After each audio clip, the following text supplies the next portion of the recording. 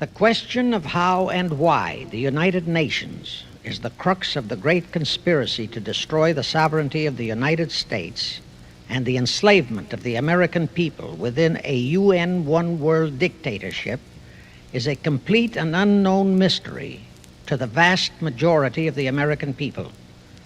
The reason for this unawareness of the frightening danger to our country and to the entire free world is simple. The masterminds behind this great conspiracy have absolute control of all of our mass communications media, especially television, the radio, the press, and Hollywood. We all know that our State Department, the Pentagon, and the White House have brazenly proclaimed that they have the right and the power to manage the news, to tell us not the truth, but what they want us to believe. They have seized that power on orders from their masters of the great conspiracy. And the objective is to brainwash the people into accepting the phony peace bait to transform the United States into an enslaved unit of the United Nations one world government. First of all, bear in mind that the so-called UN police action in Korea, fought by the United States, in which 150,000 of our sons were murdered and maimed, was part of the plot, just as the undeclared by Congress war in Vietnam, in which our sons are dying, is part of the plot, just as the plot against Rhodesia and South Africa, in which our sons will be dying, is part of the UN plot. However, the vitally important thing for all Americans, all you mothers of the boys who died in Korea and are now dying in Vietnam, to know is that our so-called leaders in Washington, whom we elected to safeguard our nation and our Constitution, are the betrayers, and that behind them are a comparatively small group of men whose sole objective is to enslave the whole world of humanity in their satanic plot of one world government. Now, in order to give you a very clear picture of this satanic plot, I will go back to its beginning, clear back in the middle of the 18th century, and name the men who put that plot into action, and then bring you down to the present, today's status of that plot. Now, as a matter of further intelligence, a term used by the FBI, let me clarify the meaning of the expression, "He is a liberal." The enemy, meaning the one world conspirators, have seized upon that word liberal as a cover-up for their activities. It sounds so innocent and so humanitarian to be liberal. We'll make sure that the person who calls himself a liberal or is described as a liberal is not in truth a red. Now then, this satanic plot was launched back in the 1760s when it first came into existence under the name of the Illuminati.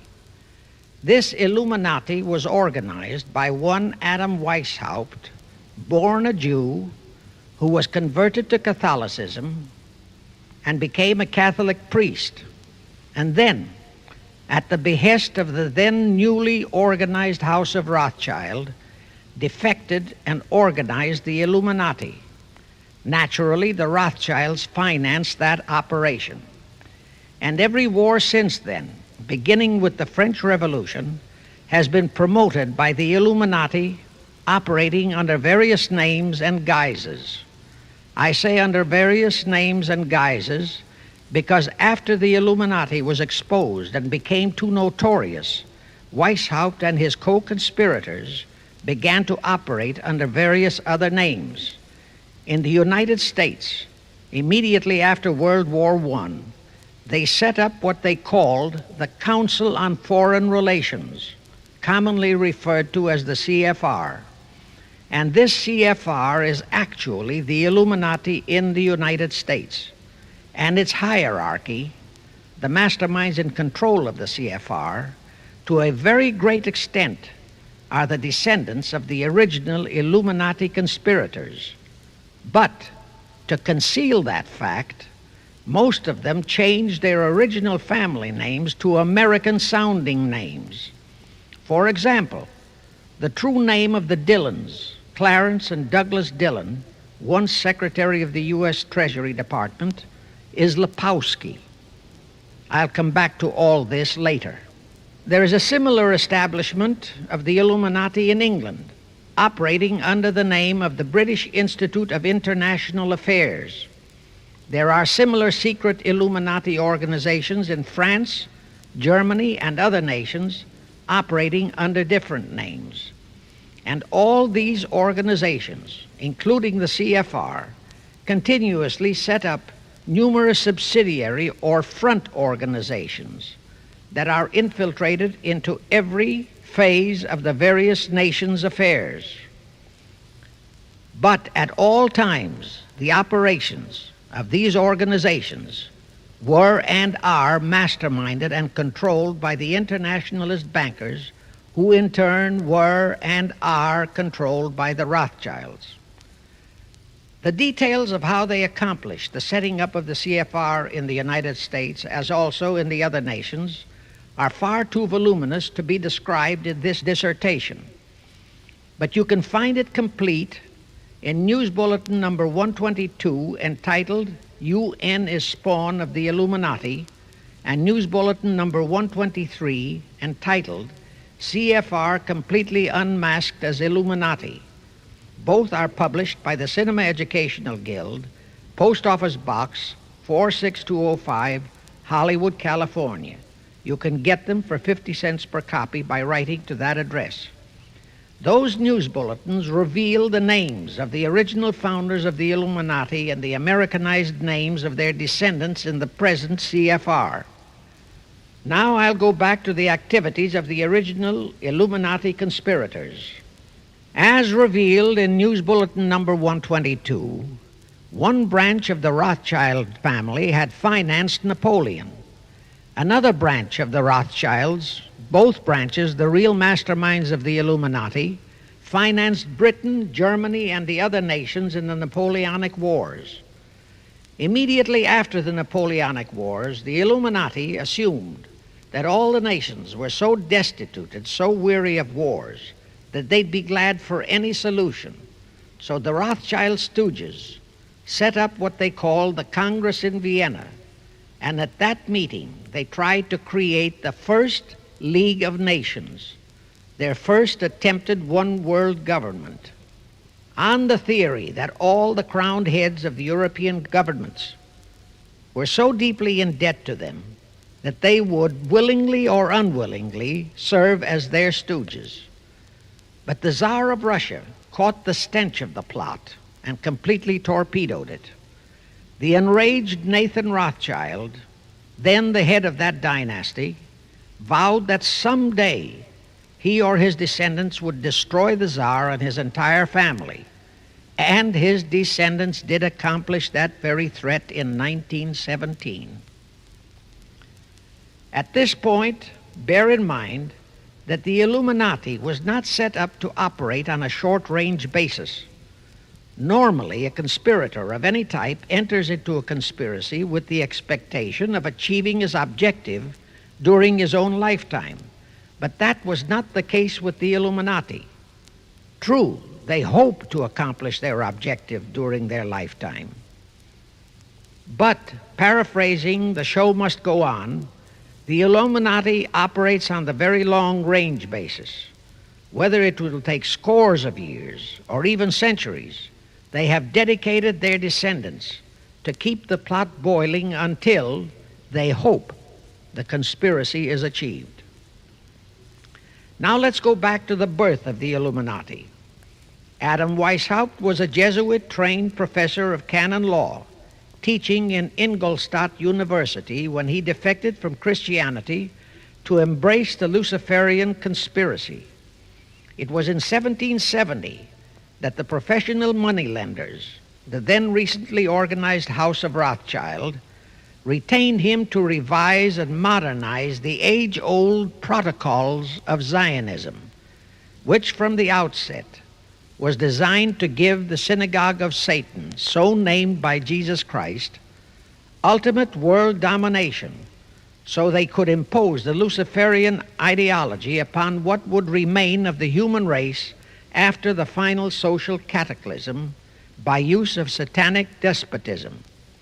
Weishaupt completed his task May 1st, 1776. Now you know why May 1 is the great day with all communist nations to this very day.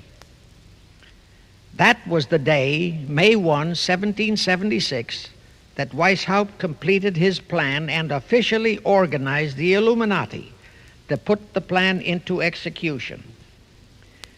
That plan required the destruction of all existing governments and religions.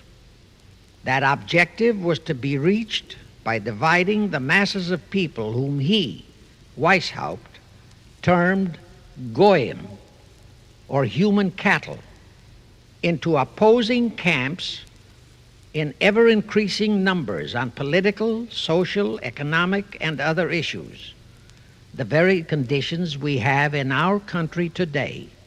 The opposing sides were then to be armed and incidents provided which would cause them to fight and weaken themselves and gradually destroy national governments and religious institutions. Again, I say, the very conditions in the world today. And at this point, let me stress a prime feature of the Illuminati plans. When and if their blueprint for world control, the protocols of the elders of Zion, is discovered and exposed, they would wipe all the Jews off the face of the earth in order to divert suspicions from themselves. If you think this is far-fetched, bear in mind that they permitted Hitler, a liberal socialist himself, who was financed by Krupp, Kennedy, the Warburgs, and the Rothschilds, to incinerate 600,000 Jews. Now, just why did the conspirators choose the word Illuminati for their satanic organization? Weishaupt himself said that the word is derived from Lucifer and means holders of the light, using the lie that his objective was to bring about a one-world government to enable those with mental ability to govern the world and prevent all wars in the future. In short, using the word peace on earth as his bait, exactly as that same bait, peace, was used by the 1945 conspirators to foist the United Nations on us. Weishaupt, financed, I repeat, by the Rothschilds, recruited some 2,000 paid followers. These included the most intelligent men in the fields of arts and letters, education, the sciences, finance, and industry. He then established lodges of the Grand Orient, Masonic lodges, to be their secret headquarters. And I again repeat that in all of this, he was acting under orders from the House of Rothschild. The main features of the Weishaupt plan of operation required his Illuminati to do the following things to help them to accomplish their purpose. Number one, use monetary and sex bribery to obtain control of men already in high places in the various levels of all governments and other fields of endeavor. Once influential persons had fallen for the lies, deceits, and temptations of the Illuminati, they were to be held in bondage by application of political and other forms of blackmail, threats of financial ruin, public exposure and physical harm, even death, to themselves and loved members of their families. Do you realize how many present top officials in our federal government in Washington are controlled in just that way by the CFR? Do you realize how many homosexuals in our State Department, the Pentagon, all federal agencies, even in the White House, are controlled that way?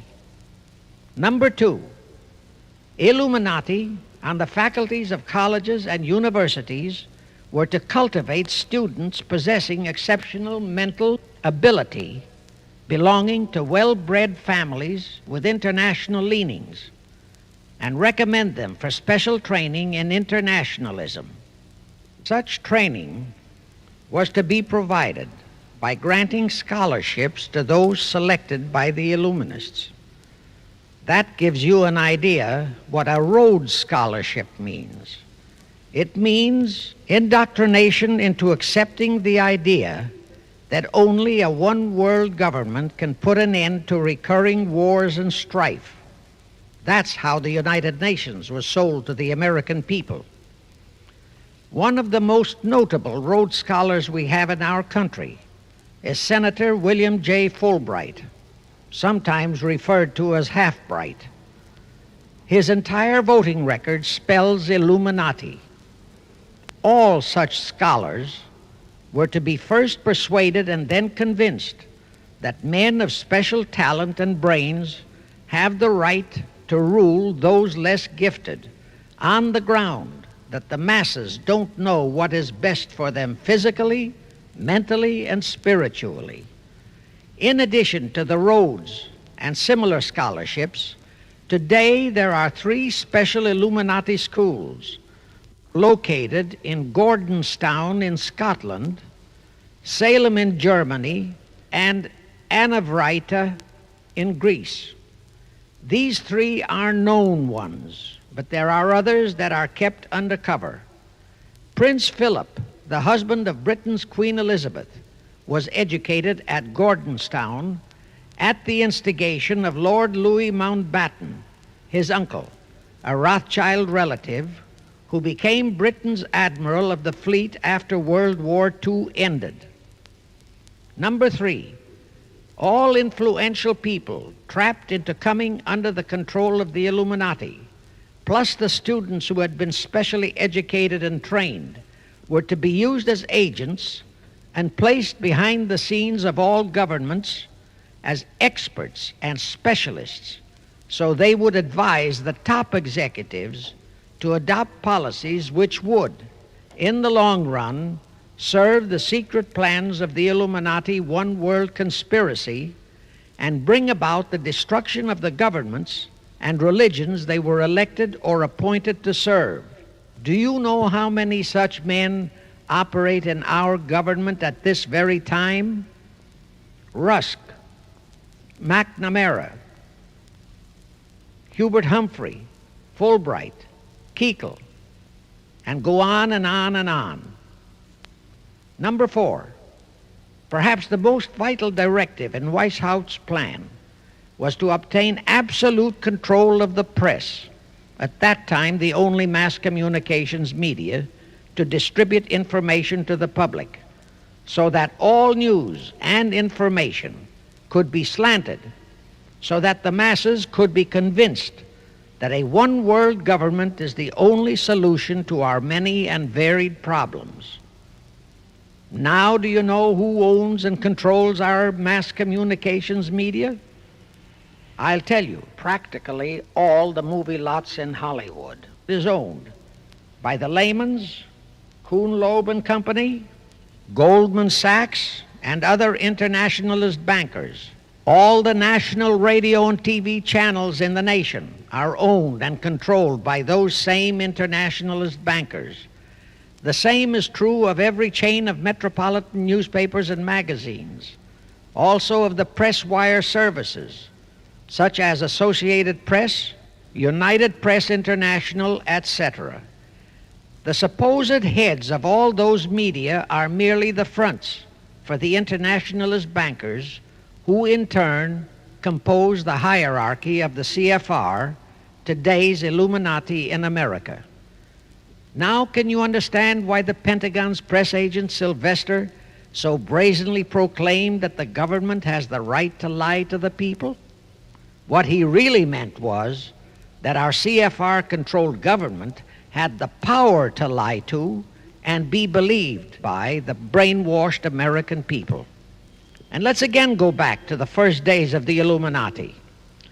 Because Britain and France were the 2 greatest world powers in the late years of the 18th century, Weishaupt, ordered the Illuminati to foment the colonial wars, including our Revolutionary War, to weaken the British Empire and organize the French Revolution to destroy the French Empire. He scheduled the French Revolution to start in 1789. However, in 1784, a true act of God placed the Bavarian government in possession of evidence which proved the existence of the Illuminati, and that evidence could have saved France if they, the French government, hadn't refused to believe it. Here is how that act of God happened. It was in 1874 that Weishaupt issued his orders for the French Revolution. A German writer named Zwack put it into book form. It contained the entire Illuminati story and Weishaupt's plans. A copy of this book was sent to the Illuminists in France, headed by Robespierre, whom Weishaupt had delegated to foment the French Revolution. The courier was struck and killed by lightning as he rode through Ralston on his way from Frankfurt to Paris. The police found the subversive documents on his body and turned them over to the proper authorities. After careful study of the plot, the Bavarian government ordered the police to raid Weishaupt's newly organized lodges of the Grand Orient and the homes of his most influential associates. All additional evidence thus discovered convinced the authorities the documents were genuine copies of the conspiracy by which the Illuminati planned to use wars and revolutions to bring about the establishment of a one-world government, the powers of which they, headed by the Rothschilds, intended to usurp as soon as it was established, exactly in line with the United Nations plot of today. In 1785, the Bavarian government outlawed the Illuminati and closed the lodges of the Grand Orient. In 1786, they published all the details of the conspiracy.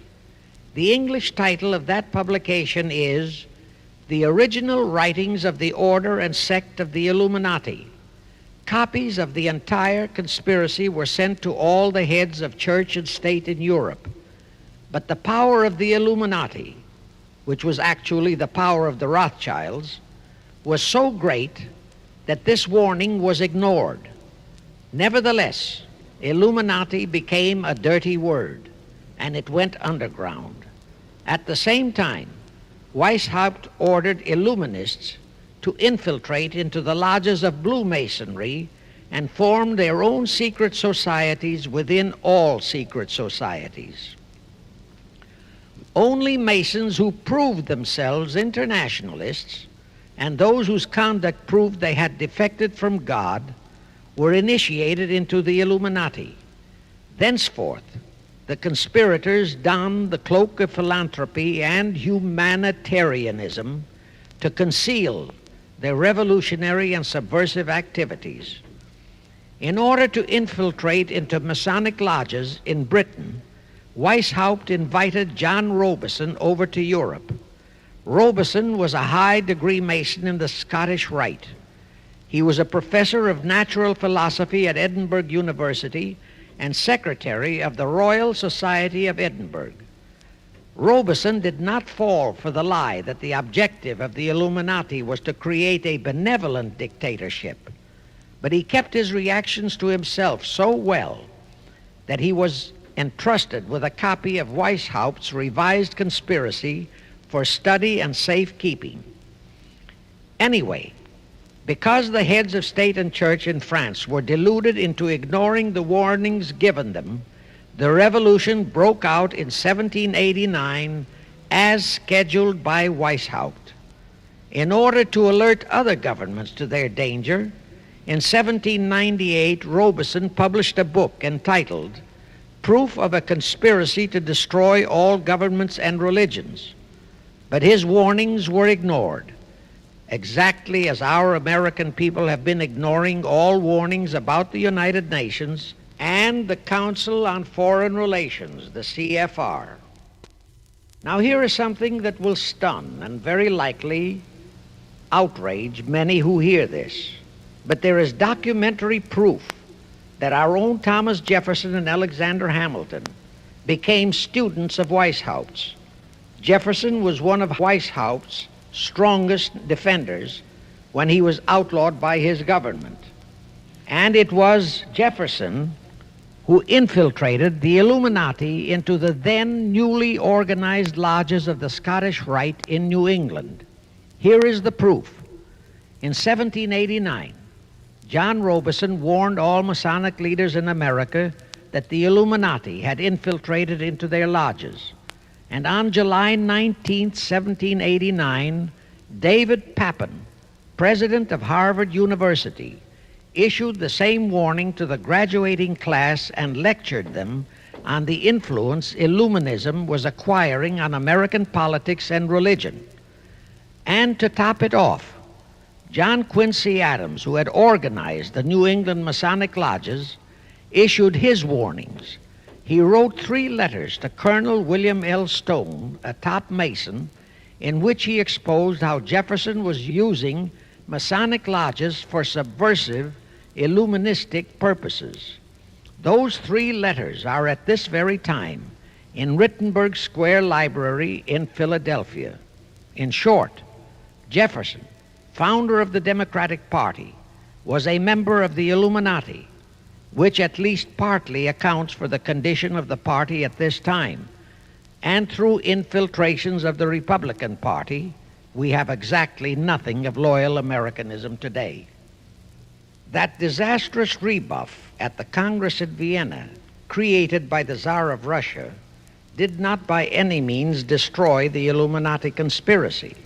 It merely forced them to adopt a new strategy. Realizing that the one world idea was, for the moment, killed, the Rothschilds decided that to keep the plot alive, they'd have to do it by heightening their control of the money systems of the European nations. Earlier, by a ruse, the outcome of the Battle of Waterloo had been falsified.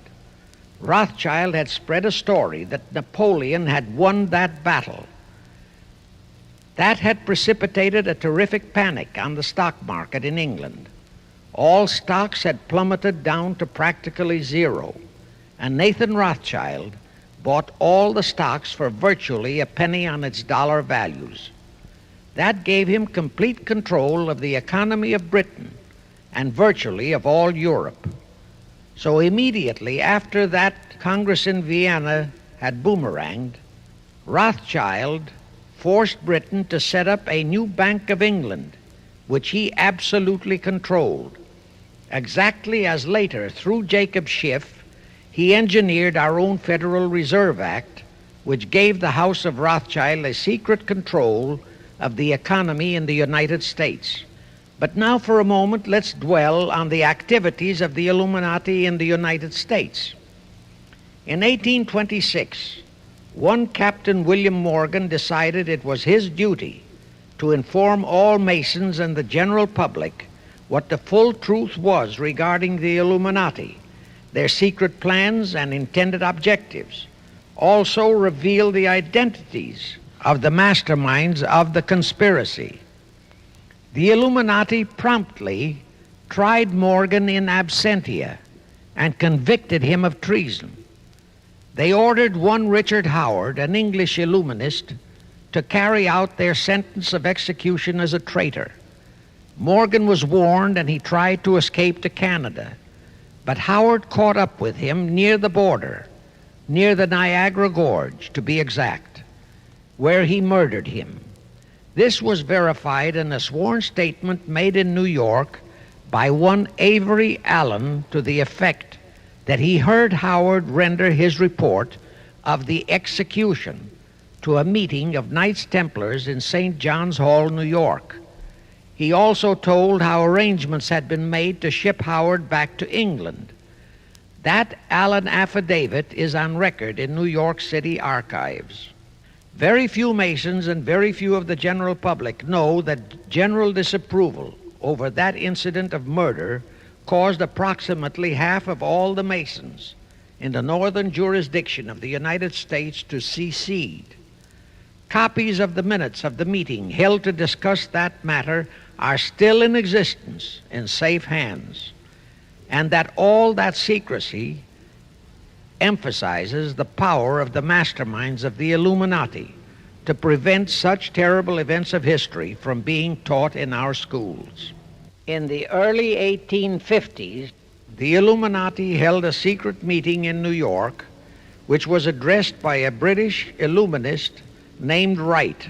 Those in attendance were told that the Illuminati was organizing to unite the nihilist and atheist groups with all other subversive groups into an international to be known as communists.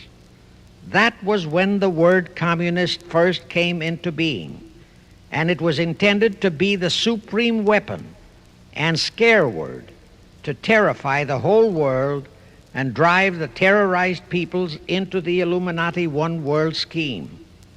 This scheme, communism, was to be used to enable the Illuminati to foment future wars and revolutions. Clinton Roosevelt, a direct ancestor of Franklin Roosevelt, Horace Greeley and Charles Dana, foremost newspaper publishers of that time, were appointed to head a committee to raise funds for the new venture. Of course, most of the funds were provided by the Rothschilds. And this fund was used to finance Karl Marx and Engels when they wrote Das Kapital and the Communist Manifesto in Soho, England. And this clearly reveals that communism is not a so-called ideology, but a secret weapon, a bogeyman word to serve the purpose of the Illuminati. Weishaupt died in 1830. But prior to his death, he prepared a revised version of the age-old conspiracy, the Illuminati, which, under various aliases, was to organize, finance, direct, and control all international organizations and groups by working their agents into executive positions at the top. In the United States, we have Woodrow Wilson, Franklin Roosevelt, Jack Kennedy, Johnson, Rusk, McNamara, Fulbright, etc., as prime examples. In addition, while Karl Marx was writing the Communist Manifesto under the direction of one group of Illuminists, Professor Karl Ritter of Frankfurt University was writing the antithesis under direction of another group. The idea was that those who direct the overall conspiracy could use the differences in those two so-called ideologies to enable them to divide larger and larger members of the human race into opposing camps so that they could be armed and then brainwashed into fighting and destroying each other, and particularly to destroy all political and religious institutions. The work Ritter started was continued after his death and completed by the German so-called philosopher Friedrich Wilhelm Nietzsche, who founded Nietzscheism. This Nietzscheism was later developed into fascism and then into Nazism and was used to foment World Wars I and II. In 1834, the Italian revolutionary leader Giuseppe Mazzini was selected by the Illuminati to direct their revolutionary program throughout the world. He served in that capacity until he died in 1872. But some years before he died, Mazzini had enticed an American general named Albert Pike into the Illuminati. Pike was fascinated by the idea of a one-world government, and ultimately he became the head of this Luciferian conspiracy. Between 1859 and 1871, he, Pike, worked out a military blueprint for 3 world wars and various revolutions throughout the world, which he considered would forward the conspiracy to its final stage in the 20th century. Again, I remind that these conspirators were never concerned with immediate success. They always operated on a long-range view. Pike did most of his work in his home in Little Rock, Arkansas. But a few years later, when the Illuminati's lodges of the Grand Orient became suspect and repudiated because of Mazzini's revolutionary activities in Europe, Pike organized what he called the New and Reformed Palladian Rite. He set up 3 Supreme Councils, one in Charleston, South Carolina, one in Rome, Italy, and the 3rd in Berlin, Germany. He had Mazzini establish 23 subordinate councils in strategic locations throughout the world. These have been the secret headquarters of the world revolutionary movement ever since. Long before Marconi invented radio, the scientists in the Illuminati had found the means for Pike and the heads of his councils to communicate secretly. It was the discovery of that secret that enabled intelligence officers to understand how apparently unrelated incidents, one such as the assassination of an Austrian prince at Sarajevo, took place simultaneously throughout the world, which developed into a war or a revolution. Pike's plan was as simple as it has proved effective. It called for communism, Nazism, political Zionism, and other international movements be organized and used to foment 3 global world wars and at least 2 major revolutions. The First World War was to be fought so as to enable the Illuminati to destroy Tsarism in Russia, as vowed by Rothschild after the Tsar had torpedoed his scheme at the Congress in Vienna, and to transform Russia into a stronghold of atheistic communism. The differences stirred up by agents of the Illuminati between the British and German empires were to be used to foment this war. After the war would be ended, communism was to be built up and used to destroy other governments and weaken religions. World War II, when and if necessary, was to be fomented by using the controversies between fascists and political Zionists. And here let it be noted that Hitler was financed by Krupp, the Warburgs, the Rothschilds, and other internationalist bankers, and that the slaughter of the supposed 600,000 Jews by Hitler didn't bother the Jewish internationalist bankers at all. That slaughter was necessary in order to create worldwide hatred of the German people and thus bring about the war against them. In short, this Second World War was to be fought to destroy Nazism and to increase the power of political Zionism so that the State of Israel could be established in Palestine. During this World War II, international communism was to be built up until it equaled in strength that of united Christendom. When it reached that point, it was to be contained and kept in check until required for the final social cataclysm. As we know now, Roosevelt, Churchill, and Stalin put that exact policy into effect, and Truman, Eisenhower, Kennedy, and Johnson continued that same exact policy. World War III is to be fomented by using the so-called controversies the agents of the Illuminati, operating under whatever new name, are now stirring up between the political Zionists and the leaders of the Muslim world. That war is to be directed in such a manner that all of Islam and political Zionism, Israel, will destroy each other, while at the same time the remaining nations, once more divided on this issue, will be forced to fight themselves into a state of complete exhaustion, physically, mentally, spiritually, and economically. Now, can any thinking person doubt that the intrigue now going on in the Near, Middle, and Far East is designed to accomplish that satanic objective? Pike himself foretold all this in a statement he made to Mazzini on August 15, 1871. Pike stated that after World War III is ended, those who will inspire to undisputed world domination will provoke the greatest social cataclysm the world has ever known. Quoting his own words, taken from the letter he wrote to Mazzini and which letter is now catalogued in the British Museum in London, England, he said, "We shall unleash the nihilists and the atheists, and we shall provoke a great social cataclysm which in all its horror will show clearly to all nations the effect of absolute atheism, the origin of savagery and of most bloody turmoil.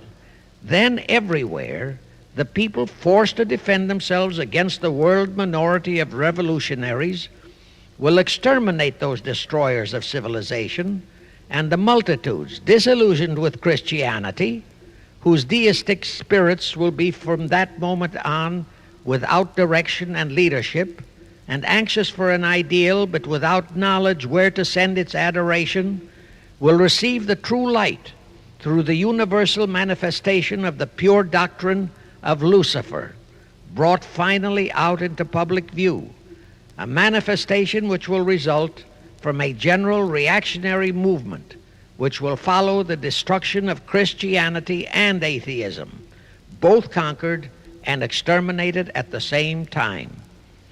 When Mazzini died in 1872, Pike made another Italian revolutionary leader named Adrian Lemmy his successor.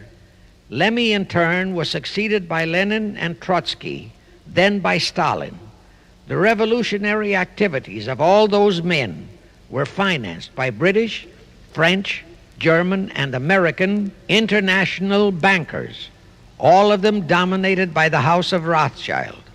We are supposed to believe that the international bankers of today, like the money changers of Christ's day, are only the tools or agents of the great conspiracy, but actually they are the masterminds behind all of it. While the general public has been brainwashed by all the mass communications media into believing that communism is a movement of the so-called workers, the actual fact is that both British and American intelligence officers have authentic documentary evidence that international liberals operating through their international banking houses, particularly the House of Rothschild, have financed both sides in every war and revolution since 1776. Those who today comprise the conspiracy, the CFR in the United States, direct our governments, whom they hold in usury through such methods as the Federal Reserve System in America, to fight wars such as Vietnam, created by the United Nations, so as to further Pike's Illuminati plans to bring the world to that stage of the conspiracy when atheistic communism and the whole of Christianity can be forced into an all-out Third World War within each remaining nation, as well as on an international scale. The headquarters of the great conspiracy in the late 1700s was in Frankfurt, Germany, where the House of Rothschild had been established by Mayer Anschelm, who adopted the Rothschild name and linked together other international financiers who had literally sold their souls to the devil. After the Bavarian government's exposure in 1786, the conspirators moved their headquarters to Switzerland, then to London.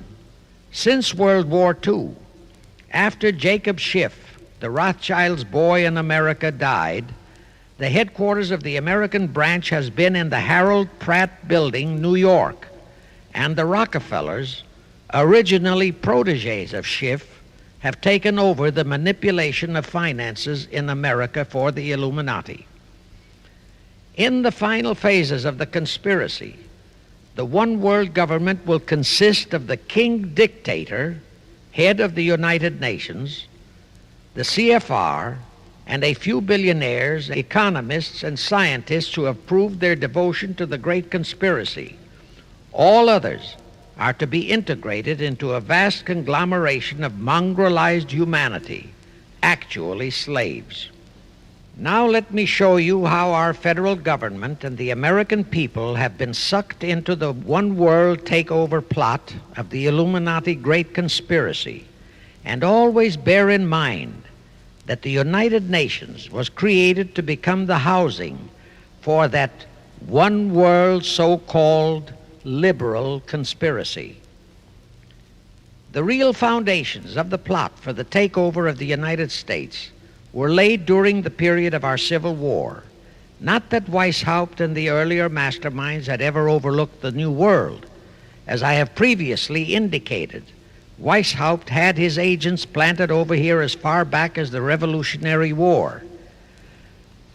But George Washington was more than a match for them. It was during the Civil War that the conspirators launched their first concrete efforts. We know that Judah Benjamin, chief advisor of Jefferson Davis, was a Rothschild agent. We also know that there were Rothschild agents planted in Abraham Lincoln's cabinet who tried to sell him into a financial dealing with the House of Rothschild. But old Abe saw through the scheme and bluntly rejected it, thereby incurring the undying enmity of the Rothschilds, exactly as the Russian Tsar did when he torpedoed their first League of Nations at the Congress in Vienna. Investigation of the assassination of Lincoln revealed that the assassin, Booth, was a member of a secret conspiratorial group. Because there were a number of highly important government officials involved, the name of the group was never revealed, and it became a mystery, exactly as the assassination of Jack Kennedy still is a mystery. But I am sure it will not for long remain a mystery. Anyway, the ending of the Civil War destroyed, temporarily, all chances of the House of Rothschild to get a clutch on our money system, such as they had acquired in Britain and other nations in Europe. I say temporarily because the Rothschilds and the masterminds of the conspiracy never quit. So they had to start from scratch, but they lost no time in getting started. Shortly after the Civil War, a young immigrant who called himself Jacob H. Schiff arrived in New York. Jacob was a young man with a mission for the House of Rothschild. Jacob was the son of a rabbi, born in one of Rothschild's houses in Frankfurt, Germany. I won't go deeply into his background. The important point is that Rothschild recognized in him not only a potential money wizard, but more important, he also saw the latent Machiavellian qualities in Jacob that could, as it did, make him an invaluable functionary in the great one-world conspiracy. After a comparatively brief training period in the Rothschilds' London bank, Jacob left for America with instructions to buy into a banking house, which was to be the springboard to acquire control of the money system of the United States. Actually, Jacob came here to carry out 4 specific assignments. Number 1, and most important, was to acquire control of America's money system. Number 2, find desirable men who, for a price, would be willing to serve as stooges for the great conspiracy and promote them into high places in our federal government, our Congress, in the U.S. Supreme Court, and all federal agencies. Number 3, create minority group strife throughout the nations, particularly between whites and blacks. Number 4, create a movement to destroy religion in the United States, but Christianity to be the chief target.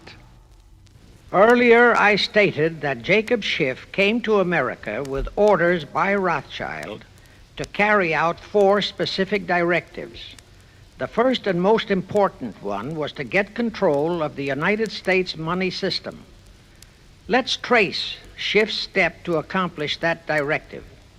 As a first step, he had to buy into a banking house, but it had to be the kind of a house that he could absolutely control and mold for that primary objective of entrapping our U.S. money system. After carefully scouting around, Jacob bought a partnership in a firm that called itself Kuhn and Loeb. Like Schiff, Kuhn and Loeb were immigrants from German Jewish ghettos. They came to the United States in the mid-1840s, Both started their business careers as itinerant pack peddlers. In the early 1850s, they pooled their interests and set up a merchandising store in Lafayette, Indiana, under the firm name of Kuhn and Loeb, servicing the covered wagon settlers on their way west. In the years that followed, they set up similar stores in Cincinnati and St. Louis. Then they added pawnbroking to their merchandising pursuits. From that to money lending was a short and quick step. By the time Schiff arrived on the scene, Kuhn and Loeb was a well-known private banking firm, and this is the firm Jacob bought into. Shortly after he became a partner in Kuhn and Loeb, Schiff married Loeb's daughter, Teresa. Then he bought out Kuhn's interests and moved the firm to New York, and Kuhn and Loeb became Kuhn, Loeb and Company, international bankers with Jacob Schiff, agent of the Rothschilds, ostensibly the sole owner. And throughout his career, this blend of Judas and Machiavelli, the first hierarch of the Illuminati, great conspiracy in America, posed as a generous philanthropist and a man of great holiness, the cover-up policy set forth by the Illuminati. As I have stated, the first great step of the conspiracy was to be the entrapment of our money system. To achieve that objective, Schiff had to get full cooperation of the then big banker elements in America, and that was easier said than done. Even in those years, Wall Street was the heart of the American money mart, and J.P. Morgan was its dictator. Next in line were the Drexels and the Biddles in Philadelphia. All the other financiers, big and little, danced to the music of those three houses, but particularly to that of Morgan. All of those three were proud, haughty, arrogant potentates. For the first few years, they viewed the little bewhiskered man from the German ghettos with utter contempt. But Jacob knew how to overcome that. He threw a few Rothschild bones to them, said bones being distribution in America of desirable European stock and bond issues. Then he discovered he had a still more potent weapon in his hands in the following. It was in the decades following our Civil War that our industries began to burgeon. We had great railroads to build. The oil, mining, steel, textile industries were bursting out of their swaddling clothes. All that called for vast financing. Much of that financing had to come from abroad. That meant the House of Rothschild, and that was when Schiff came into his own. He played a very crafty game. He became the patron saint of John D. Rockefeller, Edward R. Harriman, and Andrew Carnegie. He financed the Standard Oil Company for Rocky, the railroad empire for Harriman, and the steel empire for Carnegie. But instead of hogging all the other industries for Kuhn, Loeb and Company, he opened the doors of the House of Rothschild to Morgan, Biddle, and Drexel. In turn, Rothschild arranged the setting up of London, Paris, European, and other branches for those three, but always in partnerships with Rothschild subordinates. And Rothschild made it very clear to all those men that Schiff was to be the boss in New York. Thus, at the turn of the century, Schiff had a tight control of the entire banking fraternity on Wall Street, which by then, with Schiff's help, included Lehman Brothers, Goldman Sachs, and other internationalist banks, headed by men chosen by the Rothschilds. In short, that meant control of the nation's money powers, and he was then ready for the giant step, the entrapment of our national money system. Now, under our Constitution, all control of our money system is vested solely in our Congress. Schiff's next important step was to seduce our Congress to betray that constitutional edict by surrendering that control to the hierarchy of the Illuminati's great conspiracy. In order to legalize that surrender and thus make the people powerless to resist it, it would be necessary to have Congress enact special legislation. To accomplish that, Schiff would have to infiltrate stooges into both houses of Congress, stooges powerful enough to railroad Congress into passing such legislation. Equally, or even more important, he would have to plant a stooge in the White House, a president without integrity and without scruples, who would sign that legislation into law. To accomplish that, he had to get control of either the Republican or the Democratic Party. The Democratic Party was the more vulnerable. It was the hungrier of the two parties. Except for Grover Cleveland, the Democrats had been unable to land one of their men in the White House since before the Civil War. There were two reasons for that. Number one, poverty of the party. Number two, there were considerably more Republican-minded voters than Democrats. The poverty matter was not a great problem, but the voter problem was a different story. But as I previously said, Schiff was a smart cookie. Here is the atrocious and murderous method he employed to solve that voter problem. His solution emphasizes how very little the Jewish internationalist bankers care about their own racial brethren, as you shall see. Suddenly, around 1890, there broke out a nationwide series of pogroms in Russia. Many, many thousands of innocent Jews, men, women, and children, were slaughtered by the Cossacks and other peasants. Similar pogroms with similar slaughter of innocent Jews broke out in Poland, Romania, and Bulgaria. All those pogroms were fomented by Rothschild agents. As a result, Jewish terrified refugees from all those nations swarmed into the United States, and that continued throughout the next 2 or 3 decades because the pogroms were continuous through all those years. All those refugees were aided by self-styled humanitarian committees set up by Schiff, the Rothschilds, and all the Rothschild affiliates. In the main, the refugees streamed into New York, but the Schiff-Rothschild humanitarian committees found ways to shuffle many of them into other large cities, such as Chicago, Boston, Philadelphia, Detroit, Los Angeles, etc. All of them were quickly transformed into naturalized citizens and educated to register as Democrats.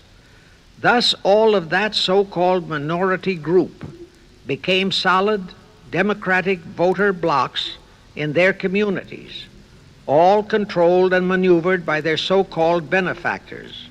And shortly after the turn of the century, they became vital factors in the political life of our nation. That was one of the methods Schiff employed to plant men like Nelson Aldrich in our Senate and Woodrow Wilson in the White House. At this point, let me remind you of another of the important jobs that was assigned to Schiff when he was dispatched to America. I refer to the job of destroying the unity of the American people by creating minority group and racial strife.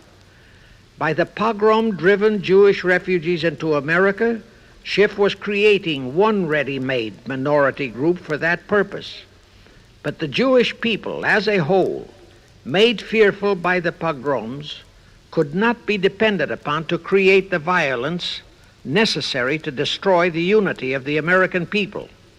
But right within America, there was an already made-to-order, although as yet a sleeping minority group, the Negroes, who could be sparked into so-called demonstrations, rioting, looting, murder, and every other type of lawlessness.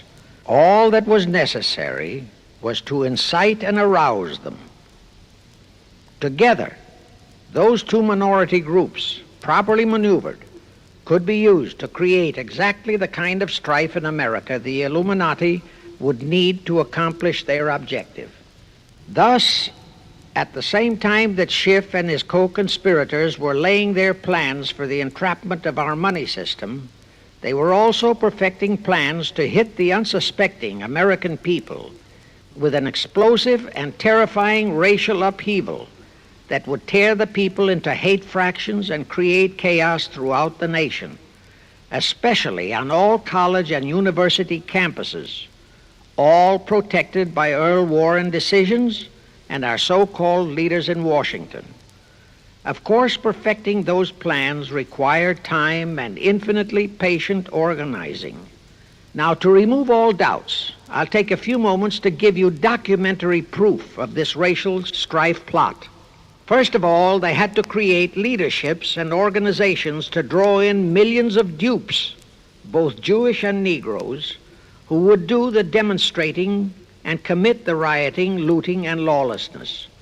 So in 1909, Schiff, the Laymans, and other conspirators organized and set up the National Association for the Advancement of the Colored People, known as the NAACP. The presidents, directors, and legal counsels of the NAACP were always white men, Jews appointed by Schiff. And this is the case to this very day.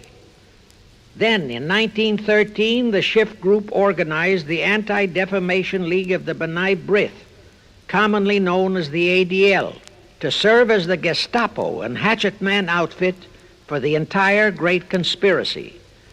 Today, this sinister ADL maintains over 2,000 agencies in all parts of the country, and they advise and completely control every action of the NAACP, CORE, of the Urban League, of all the other so-called Negro civil rights organizations throughout the nation, including such leaders as Martin Lucifer King, Stokely Carmichael, Bayard Rustin, and others of that ilk.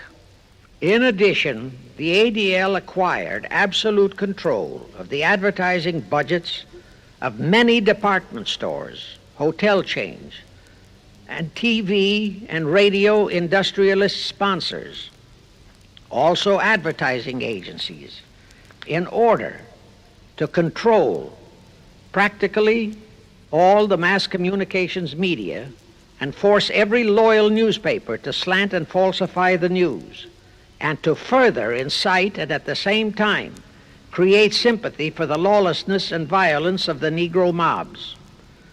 Here is documentary proof of the beginning of their deliberate plot to foment the Negroes into all their lawlessness.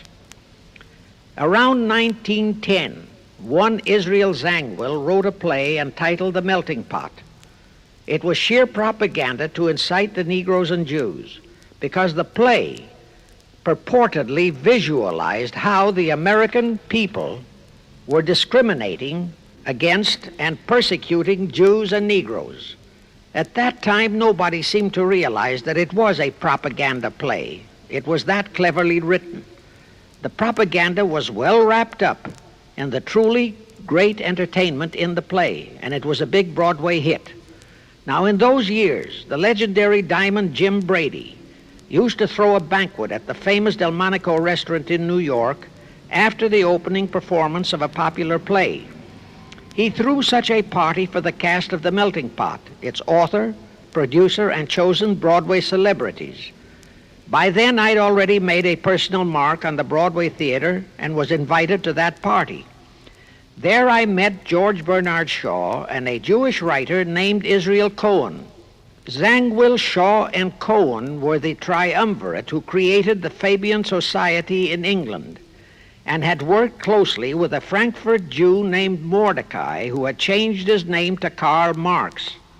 But remember, at that time, both Marxism and communism were just emerging, and nobody paid much attention to either, and nobody suspected the propaganda in the writings of those three really brilliant writers.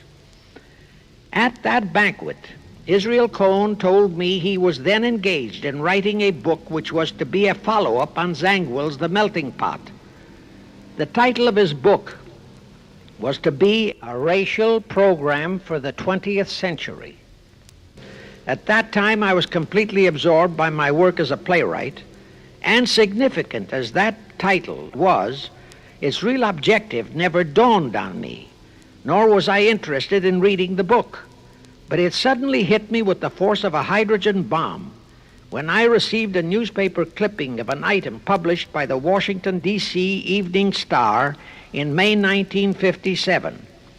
That item was a verbatim reprint of the following excerpt in Israel Cohen's book, A Racial Program for the 20th Century, and it reads, as I quote, "We must realize that our party's most powerful weapon is racial tension. By propounding into the consciousness of the dark races that for centuries they have been oppressed by the whites, we can mold them to the program of the Communist Party. In America, we will aim for subtle victory. While inflaming the Negro minority against the whites, we will instill in the whites a guilt complex for their exploitation of the Negroes. We will aid the Negroes to rise to prominence in every walk of life, in the professions and in the world of sports and entertainment. With this prestige, the Negro will be able to intermarry with the whites and begin a process which will deliver America to our cause." That same excerpt was entered into the congressional record of June 7, 1957 by Representative Thomas G. Abernathy. Thus, the authenticity of that passage in Cohen's book was fully established. But the one question that remained in my mind was whether it represented the official policy or plot of the Communist Party or just a personal expression of Cohen himself. Hence, I sought more proof, and I found it. In an official pamphlet published in 1935 by the New York Communist Party's official Workers' Library Publishers, that pamphlet was entitled "The Negroes in a Soviet America." It urged the Negroes to rise up, form a Soviet state in the South, and apply for admission to the Soviet Union. It contained a firm pledge that the revolt would be supported by all American Reds and all so-called liberals. On page 38, it promised that a Soviet government would confer greater benefits to Negroes than to whites. And again, this official communist pamphlet pledged that, I quote, "Any act of discrimination or prejudice against a Negro will become a crime under the revolutionary law," unquote.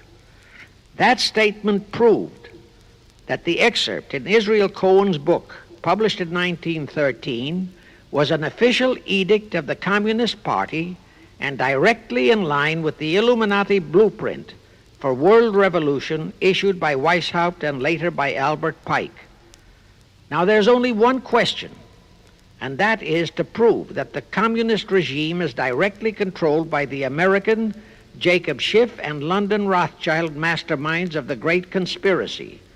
A little later, I will provide that proof that will remove even a remote doubt that the Communist Party, as we know it, was created by those masterminds, capitalists, if you will note, that Schiff, the Warburgs, and the Rothschilds planned and financed the entire Russian Revolution, also the murder of the Tsar and his family, and that Lenin, Trotsky, and Stalin took their orders directly from Schiff and the other capitalists whom they supposedly are fighting. Now can you see why the vile Earl Warren and his equally vile co-Supreme Court justices issued that infamous and treasonous desegregation decision in 1954? It was to aid and abet the plot of the Illuminati conspirators to create tension and strife between Negroes and whites. Can you see why the same Earl Warren issued his decision prohibiting Christian prayers and Christmas carols in our schools? It was done to destroy Christianity. Can you see why Eisenhower, despite all the rigid constitutional prohibitions, sent federal troops into a southern state to enforce the desegregation decision? Why Kennedy did likewise? And can you see why Johnson and 66 senators, despite the protests of 90% of the American people, voted for the Consular Treaty, which opens our entire country to Russian spies and saboteurs? All those 66 senators are 20th century Benedict Arnolds.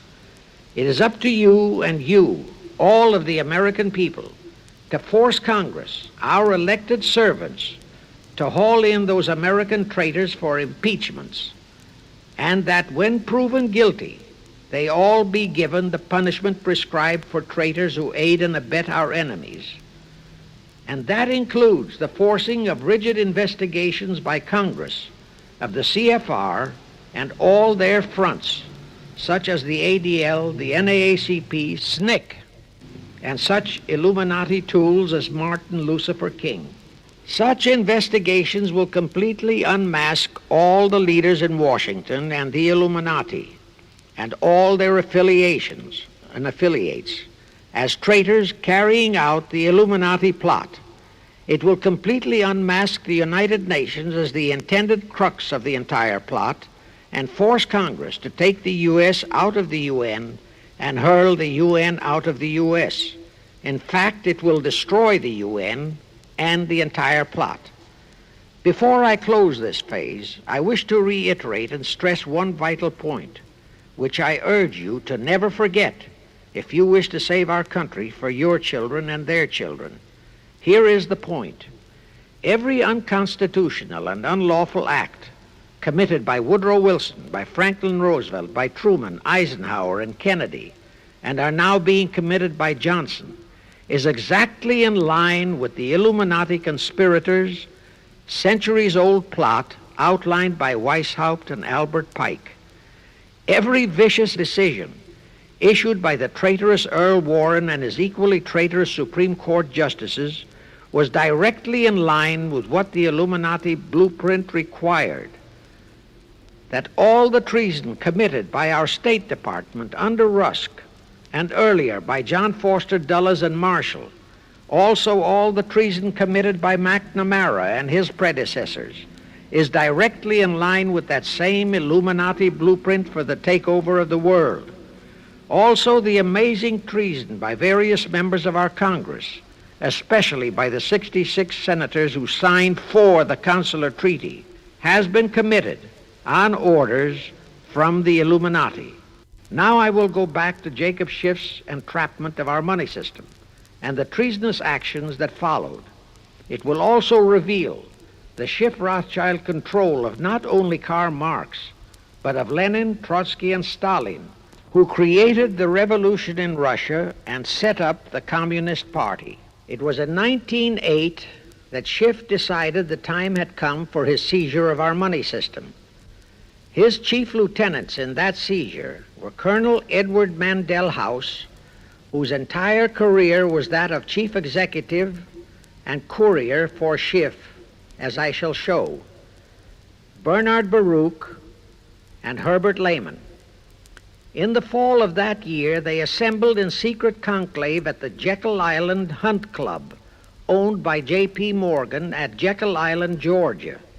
Among those present were J.P. Morgan, John D. Rockefeller, Colonel House, Senator Nelson Aldrich, Schiff, Stillman and Vanderlip of the New York National City Bank, W.N.J. Seligman, Eugene Meyer, Bernard Baruch, Herbert Lehman, Paul Warburg, in short, all of the international bankers in America, all of them members of the hierarchy of the Illuminati's great conspiracy. A week later, they emerged with what they called the Federal Reserve System. Senator Aldrich was the stooge who was to railroad it through Congress. But they held that railroading in abeyance for one chief reason. They would first have to plant their man, an obedient stooge, in the White House to sign the Federal Reserve Act into law. They knew that even if the Senate would pass that act unanimously, the then newly elected President Taft would promptly veto it. So they waited. In 1912, their man, Woodrow Wilson, was elected to the presidency. Immediately after Wilson was inaugurated, Senator Aldrich railroaded the Federal Reserve Act through both houses of Congress, and Wilson promptly signed it, and the Federal Reserve Act became law. That heinous act of treason was committed in December 23, 1913, 2 days before Christmas, when all the members of Congress, except for several carefully picked representatives and 3 equally carefully picked senators, were away from Washington. How heinously treasonous was that act? I'll tell you. Our founding fathers knew full well the power of money. They knew that whoever had that power held the destiny of our nation in his hands. Therefore, they carefully guarded this power when they set forth in the Constitution that Congress, the elected representatives of the people, alone would have that power. The constitutional language on this point is brief, concise, and specific, stated in Article 1, Section 8, Paragraph 5, defining the duties and powers of Congress, and I quote, "To coin money, regulate the value thereof, and of foreign coin, and the standard of weights and measures," unquote. But on that tragic, unforgettable day of infamy, December 23, 1913, the men we sent to Washington to safeguard our interests, the representatives and senators and Woodrow Wilson, delivered the destiny of our nation into the hands of two aliens from Eastern Europe, Jacob Schiff and Paul Warburg. Warburg was a very recent immigrant who came here on orders from Rothschild for the express purpose of blueprinting that foul Federal Reserve Act.